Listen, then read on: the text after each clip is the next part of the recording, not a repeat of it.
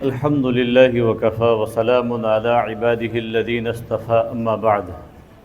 فأعوذ بالله من الشيطان الرجيم بسم الله الرحمن الرحيم فلا وربك لا يؤمنون حتى يحكموك فيما شجر بينهم ثم لا يجدوا في أنفسهم حرجا مما قضيت ويسلموا تسليما صدق اللہ العظیم۔ میرے دوستو،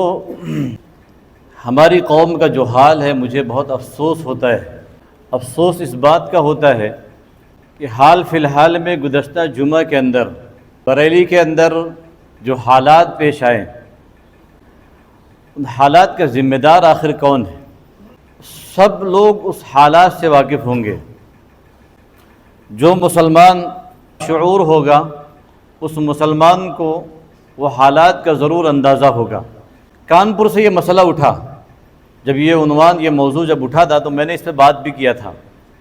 اور موضوع کا عنوان یہ تھا کہ ہم اپنے حبیب صلی اللہ علیہ وسلم سے کس بنیاد پر محبت کرتے ہیں۔ وہ آپ سب کو یاد بھی ہوگا، میں نے اس میں 4 وجوہات بتائی تھی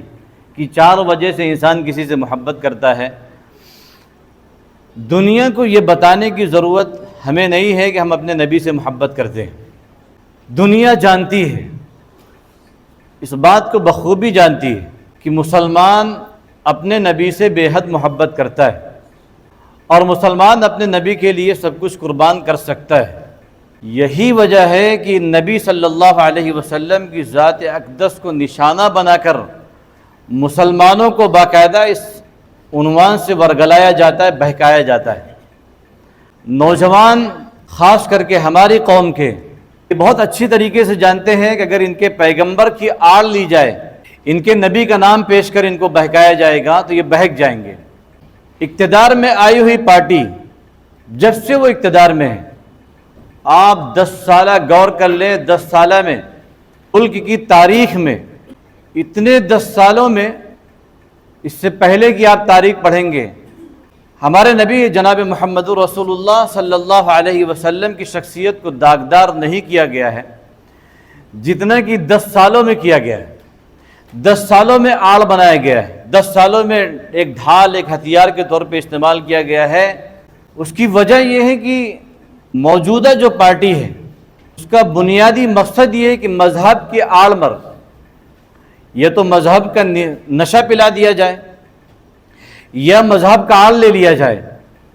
دونوں وجہوں سے ہم اقتدار میں باقی رہ سکتے ہیں۔ اگر ہمارا وجود اس ملک میں ہم کرسی پر بیٹھ سکتے ہیں، لیکن میرے دوستو ہمیں یہ پہلے غور فکر کرنا چاہیے، اور خاص کر کے ان علماء حضرات کو بھی اور ان سیاسی لیڈران کو بھی جو لوگ ہمارے نوجوانوں کو بہکاتے ہیں، ہمارے بچوں کو بہکاتے ہیں، اور بہکانے کے بعد ان کو سڑکوں پہ لے کے آتے ہیں اور سڑکوں پہ لا کے چھوڑ دیتے ہیں۔ اس کے بعد حالات آگے کے کیا پیش آتے ہیں کوئی جانتا ہے؟ اتراکھنڈ کے اندر اس کے بعد آئی لو محمد کا جو عنوان پیدا کیا گیا، ایک موضوع بنایا گیا اور اس کی آڑ لی گئی، اس کے بعد سے تقریباً 500 سے زیادہ مکانات توڑے جا چکے ہیں، زمیندوز کر دیے گئے۔ بریلی کے اندر جو ہنسا پیش آئی اس میں تقریباً 100 سے زائد مسلمانوں کی دکانیں سیل کر دی گئی، اور کتنے مکانات توڑ دیے گئے۔ جب آپ سنیں گے ایسا لگتا ہے کوئی چھپری بول رہا، اور روڈ کا کوئی ٹپری، سڑک چھاپ گنڈا کوئی اس کی لینگویج، یہ تو میڈیا والے بھی بول رہے ہیں، میری اپنی زبان نہیں ہے، یہ ان کی زبان ہی یہ ہے کہ کوئی سی ایم کی لینگویج یہ نہیں ہے۔ میڈیا کے بہت سارے چینل والوں نے یہ الفاظ کہے ہیں، جملے کہ مٹی میں ملا دیں گے، ڈینٹنگ پینٹنگ کر دیں گے، ہم یہ کر دیں گے، وہ کر دیں گے۔ اس کا مطلب یہ ہے کہ ملک کے اندر جو سنویدھان قانون بنا ہوا اس کا آپ النگھن کر رہے ہو، اس لیے کہ یہ تو نچلے درجے کا جو نگر سیوک ہوتا وہ بھی لینگویج نہیں یوز کر سکتا۔ سنویدھان کی بڑی سیٹ پہ، بڑے عہدے پہ ایک اسٹیٹ کا سی ایم بیٹھ کے اس طریقے سے بات کرے گا تو اسے معلوم پڑے گا بھائی گنڈا آدمی ہے، بھی لینگویج یہ بتا رہی ہے۔ میرے دوستو، میں جو قرآن کریم کی جس آیت کو پڑھا ہوں، اس آیت کے اندر اللہ تعالیٰ نے کہا کہ مسلمان اس وقت تک مومن نہیں ہو سکتے